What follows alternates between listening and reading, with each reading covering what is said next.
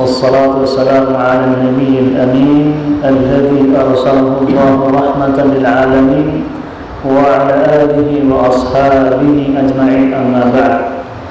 Para hadirin tamu undangan yang berbahagia, selaku hamba Allah Subhanahu wa taala yang beriman kepadanya, sudah seharusnya kita bersyukur kepada Allah Subhanahu wa taala yang telah meringankan langkah kita untuk hadir di rumah Allah Subhanahu wa taala, yang telah memberikan kita kenikmatan yang kita tidak akan pernah bisa menghitungnya. Allah berfirman, wa in ta'uddu ni'matallahi la tuhsuha. Jikalau kalian menghitung nikmat Allah Subhanahu wa taala, niscaya kalian tidak akan pernah bisa menghitungnya. Salawat serta salam semoga senantiasa tercurahkan kepada Nabi kita Muhammad sallallahu alaihi wasallam beserta keluarganya, sahabat-sahabatnya, serta orang-orang yang senantiasa menjalankan tuntunannya. Para hadirin tamu undangan yang berbahagia, masjid merupakan pusat dari kemajuan Islam. Nabi sallallahu alaihi wasallam ketika berhijrah dari Mekkah ke Madinah Al-Munawwarah atau dikenal dengan Al-Madinah An-Nabawiyah, sebelum membangun yang lainnya, beliau membangun masjid. Masjid yang dibangun di atas ketakwaan kepada Allah Subhanahu wa taala. Ketika beliau sebelum ke Madinah, beliau bermukim di Quba dahulu selama 6 bulan lamanya. Selama itu pula beliau membangun Masjid Quba. Kemudian setelah beliau sampai di Madinah, beliau pun sebelum membangun rumah yang lainnya, rumah untuk beliau, rumah untuk istri-istri beliau, tetapi beliau yang paling pertama dan yang paling utama adalah membangun masjid. Lain dengan kita, kita bangun rumah dahulu, baru bangun masjid, sehingga kita tidak maju-maju. Nabi SAW memusatkan masjid sebagai pusat peradaban, pusat perekonomian, pusat pemerintahannya dari masjid. Beliau menerima delegasi di masjid. Beliau melatih tentaranya di masjid. Beliau melatih keimanan dan ketakwaan para sahabatnya di masjid. Jadi semuanya dari masjid, bukan dari yang lainnya. Jadi kalau kita ingin mengembangkan apapun, ekonomi kita, keimanan kita, ketakwaan kita, maka harus dari masjid, bukan dari yang lain. Kenapa?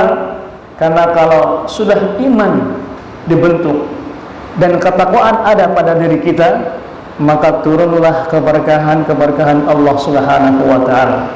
Allah berfirman, "Walau anna ahlal qura amanu wattaqau lafatahna alaihim barakatim minas sama'i wal ardh." Jikalau seandainya suatu negeri itu penduduknya beriman dan bertakwa kepada Allah Subhanahu wa taala, apa yang Allah janjikan, maka sungguh kami akan membuka keberkahan langit dan bumi.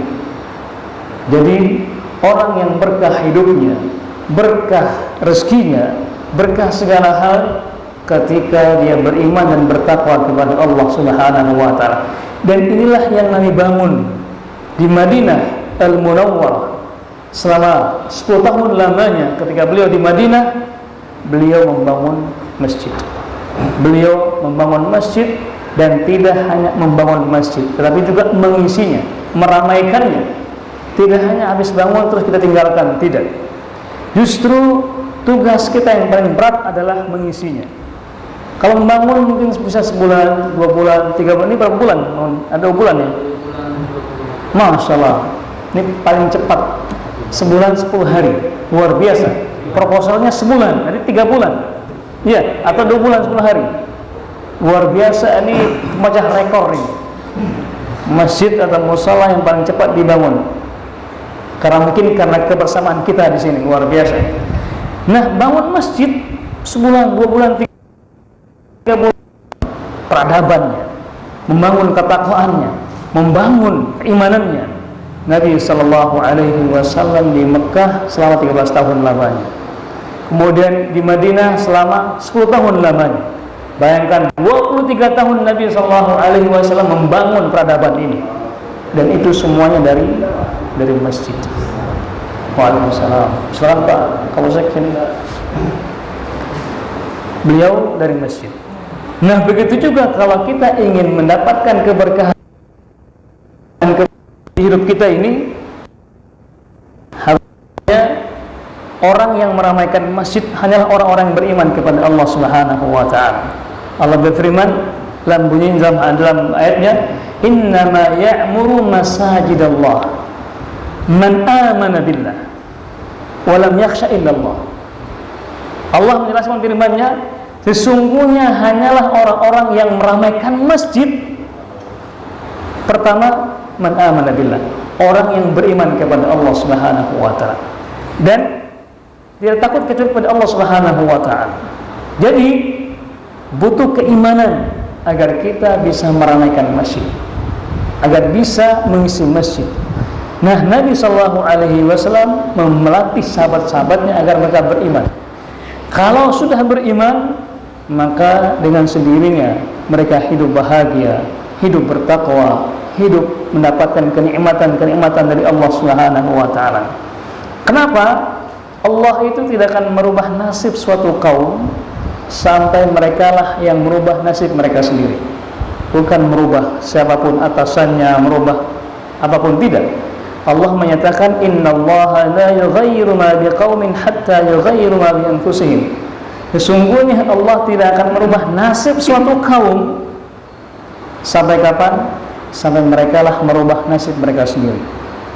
Jadi kitalah yang merubah nasib kita, bukan pemimpin, bukan pemerintah, bukan, kitalah yang merubah. Kalau kita ingin mendapatkan keberkahan dari Allah Subhanahu wa taala, hidup bahagia, mari kita merubah diri kita. Dari yang sebelumnya tidak pernah ke masjid, mari sering ke masjid. Dari yang sebelumnya tidak pernah ikut kajian, mari ikut kajian. Kenapa? Bukankah setiap undangan Allah itu undangan yang sangat indah? Allah mengatakan, hayya 'alas salah, hayo mari salat, hayya 'alal falah, ayo mari menuju kemenangan. Undangan Allah yang sangat mulia yang dilantunkan oleh para muadzin 5 kali sehari. Kalau kita diundang oleh manusia, undangan walimahan, undangan resepsi, syukuran, kita nggak enak kalau tidak hadir. Apalagi kalau itu undangan saudara kita, teman kita, nggak enak kalau nggak hadir. Nah, bagaimana kalau yang mengundang itu pencipta kita, Allah Subhanahu wa taala, yang mengundang kita, hayya 'alas salah, mari menuju salat, hayya 'alal falah, mari menuju kemenangan. Allah mengundang kita agar kita bisa mendapatkan kemenangan, kejayaan. Namun banyak yang melalaikannya, banyak yang meninggalkannya, banyak yang meremehkannya, bahkan banyak yang tidak mendengarnya. Seakan-akan para muadzin itu nggak pernah azan. Buktinya dia tetap di masjid rumahnya, dia tetap dengan kesibukannya, tetap dengan aktivitas-aktivitas. Seakan-akan muadzin itu tidak pernah mengumandangkan azan.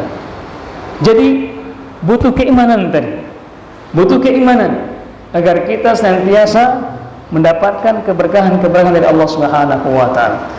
Nah, dalam ke masjid ini juga butuh adab-adab. Sebagaimana kalau kita diundang Pak Kapolsek misalnya ke kantornya, kan kita harus dengan pakaian yang lengkap, nggak mungkin pakaian seadanya. Kalau kita diundang oleh Pak Camat misalnya, juga kita harus berpakaian yang resmi.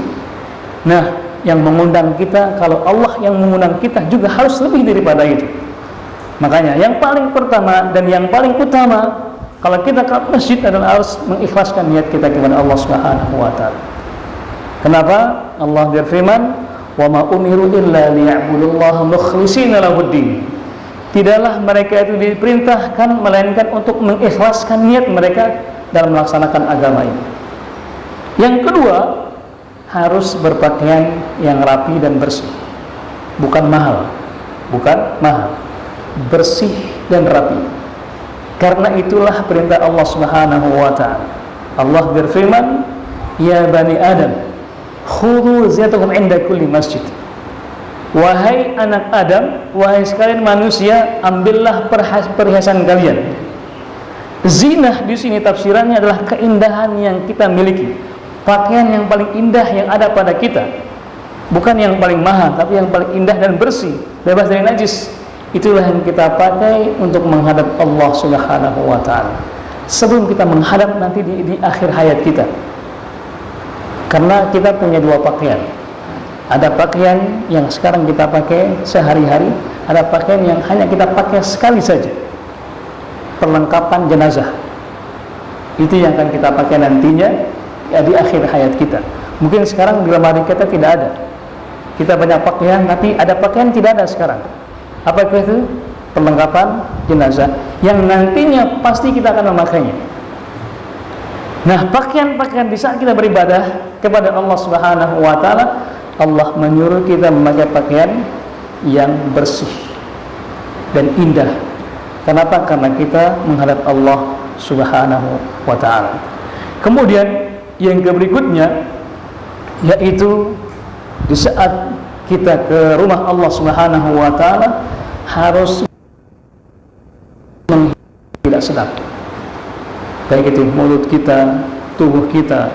Nabi sallallahu alaihi wasallam bersabda, "Man akala thawman aw basalan fala yaqrabanna masjidana hadza." Atau kama qala, barang siapa yang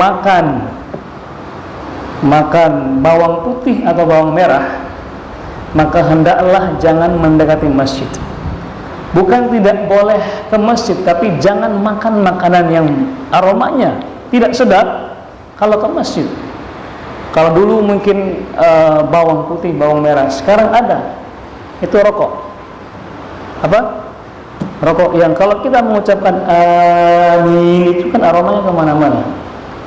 Itu aromanya kemana-mana. Jadi ya, sikat gigi dulu. Iya, sikat gigi dulu. Ya, artinya bersihkanlah diri kita ini, jangan sampai ada aroma-aroma tidak sedap yang hadir pada kita. Kenapa? Karena akan mengganggu orang lain, mengganggu khusyukan orang lain, mengganggu jamaah dan yang lain. Jadi harus memakai parfum terutama dan juga menghindari aroma yang tidak bagus. Kemudian yang berikutnya, ini kita singkat-singkat saja berhubung ada Pak Kapolsek di sini, mungkin beliau juga mau isi kajian nantinya insyaallah. Jadi kita harus ikhlaskan niat kita kepada Allah Subhanahu wa ta'ala, dan juga masjid adalah pusat peradaban. Kalau seandainya kira-kira berapa jamaah di sini sekitar masjid ini? Ada berapa Pak Ramulyadi? Jamaahnya di sini ada berapa kira-kira? Kalau dikumpulkan berapa? 50-an, Masya Allah. Jadi sebenarnya kita bisa menggerakkan ekonomi dari masjid ini. Kalau seandainya 50 orang itu dalam seminggunya bisa mengumpulkan dana 10.000 saja seminggu, maka terkumpul berapa? 50 kali 10.000 berapa?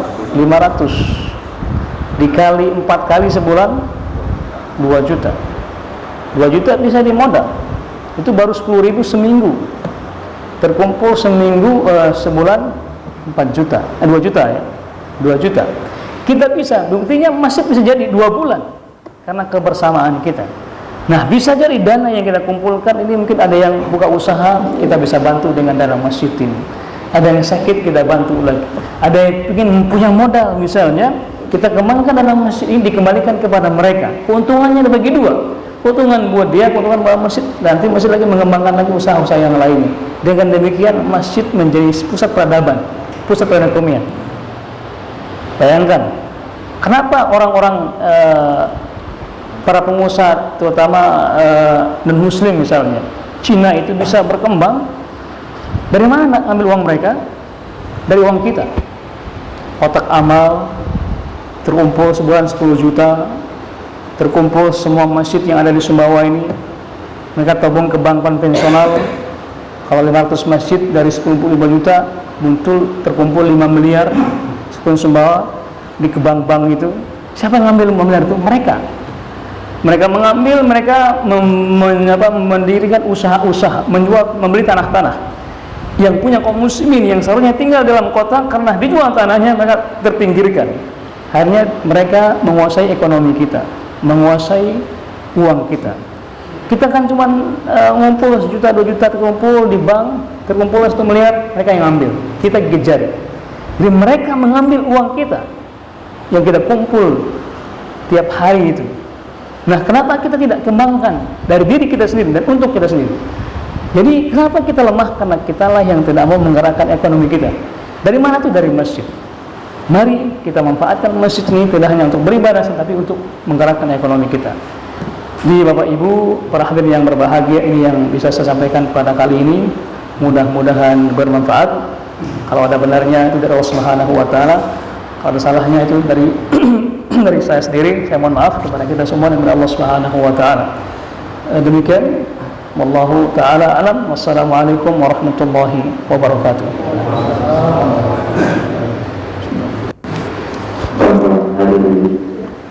Yang dimuliakan Allah, demikianlah kajian atau pembicaraan yang disampaikan oleh Ustaz Wildan. Semoga apa yang disampaikan benar